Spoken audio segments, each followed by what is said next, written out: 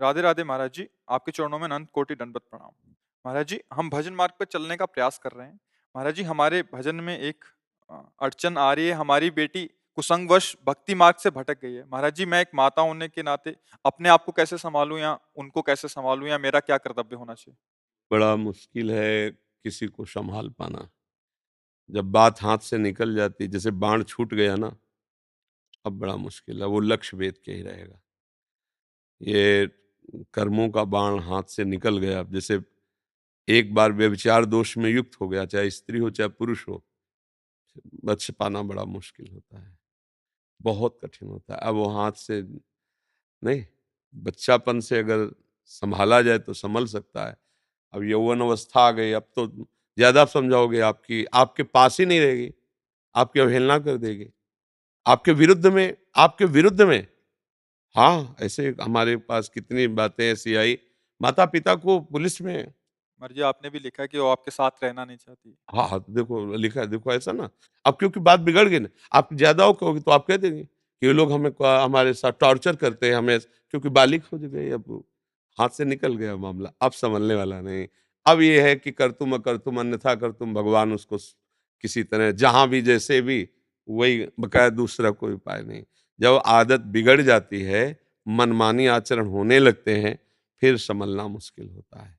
ऐसा हम लोग बताए ना, घर में इतना शासन था, जबकि बुरा लगता है, सबको लगता है, बच्चों को भी बुरा लगता है, बड़ा कठोर शासन था। बेविचार रूपी दोष की तो कहीं भी किसी भी तरह से संभावना ही नहीं थी।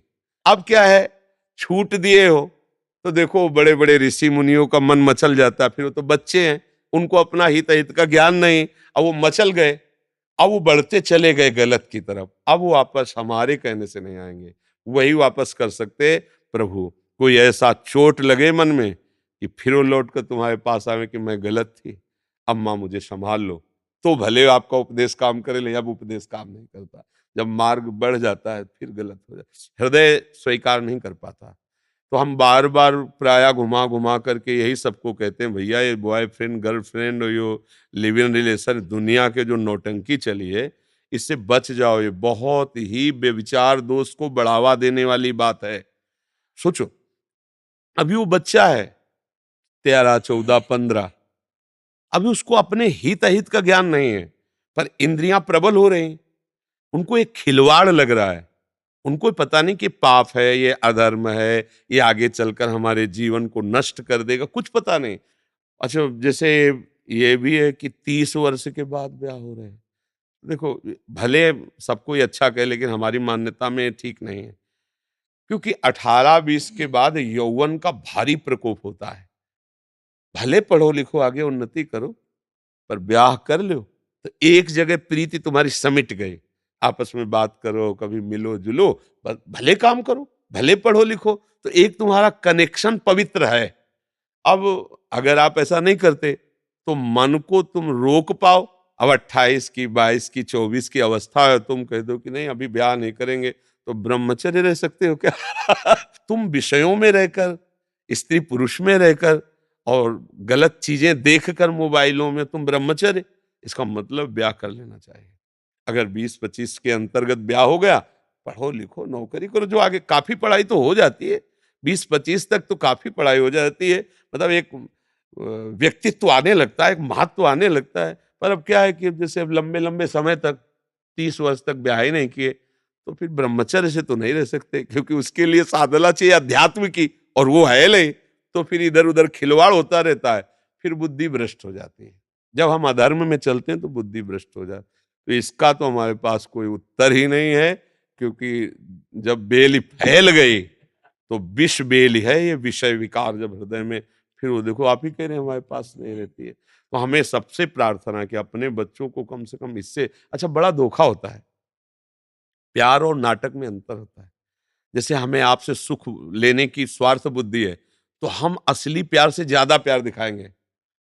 यहां गुदवा लिया तुम्हारा नाम, कितने बेवकूफ बच्चे, और दिखा दिया कि देखो।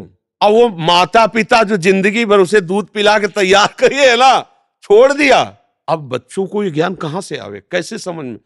अब मतलब बहुत तरह के इसमें अधर्म है, पर वो बच्चे हैं, सब आप उनको समझाए तो कहेंगे बाबा जी क्या जाने बॉयफ्रेंड गर्लफ्रेंड, तभी उपदेश करते हैं। हाँ, उनको लगेगा नहीं नहीं बच्चा, इसमें तुम्हारा अहित है, तुम्हारा जीवन नष्ट होने के पूरे चांस हैं। आगे कहीं भी तुम्हें उन देखो माता पिता कितने भी कैसे भी हों, अपने बच्चे का कोई राक्षसा ही होगा तो बात अलग है, नहीं कभी अहित नहीं होने देगा। उनमें एक वात्सल्य होता है। उनको लगता है हम चाहे जितना कष्ट में रहें, मेरी बच्ची का ऐसी जगह ब्याह हो जहाँ उसको सुख मिले। मैं भले मेहनत रिक्शा चला के कराऊं, मेरा लड़का ऐसा ऑफिसर बने जो उसको कष्ट, ऐसे प्राय माता पिता, तो हमें लगता है बच्चों को माता पिता की अनुमति तो लेना ही चाहिए। किसी भी कार्य के लिए आगे कदम बढ़ाने के लिए माता पिता का सपोर्ट लेगा तो मुझे लगता है कि वो सुरक्षित रह सकता है।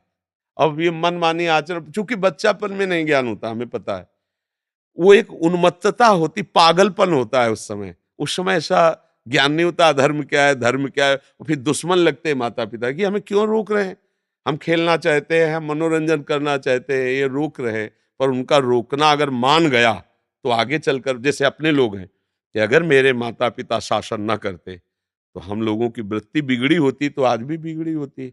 उन्होंने कृपा की, उस समय हमें लग जरूर रहा था कि हम जेल में हैं, दूसरों के बच्चे खुला सब खेल रहे हैं, हमें खेलने को भी नहीं मिलता, हमें सबसे मिलने को नहीं मिलता, और उसका परिणाम ये हुआ कि स्वभाव बना, तो देखो भगवान के मार्ग में सब पूरा परिवार चल रहा है। अगर माता पिता का शासन होता, सच्ची कहते हैं ये मन बड़ा बदमाश है, हाँ इसके गलत संस्कार हो जाते, सबके हो जाते हैं। इसलिए माता पिता को कोटिशा प्रणाम है, और सबको अपने माता पिता को प्रणाम करना चाहिए। प्रातःकाल उठ के रघुनाथा मात पिता गुरु, अब तो मतलब बहुत ही विचित्र सब है। कोई भी पुत्र अपने पिता माता को सुबह प्रणाम न करता होगा। अरे प्यार से बातें कर ले, बातें सुन ले, यही बड़ी बात है।